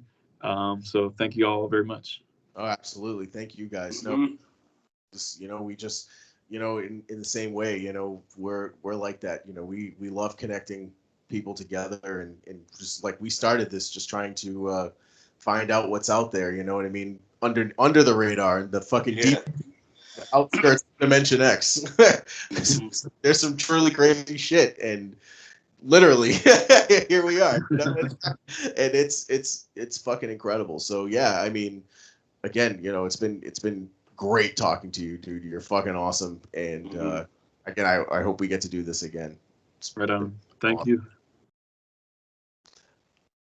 So everybody, again, you can check them out on Bandcamp as well as all of social media places. Apple, Spotify, that whole run of the mill stuff. And as well, definitely, if you're into these guys, buy their merch, buy everything, because these guys are fucking awesome and they definitely fucking put the work in, and you're fucking humble as hell too, which is awesome. Definitely reflects in your music, I think. Oh, and yeah, it's just pure. It's pure. It's like a fresh fucking load right in the toilet. Exactly. Oh man. Oh, thanks again, man. Thank you.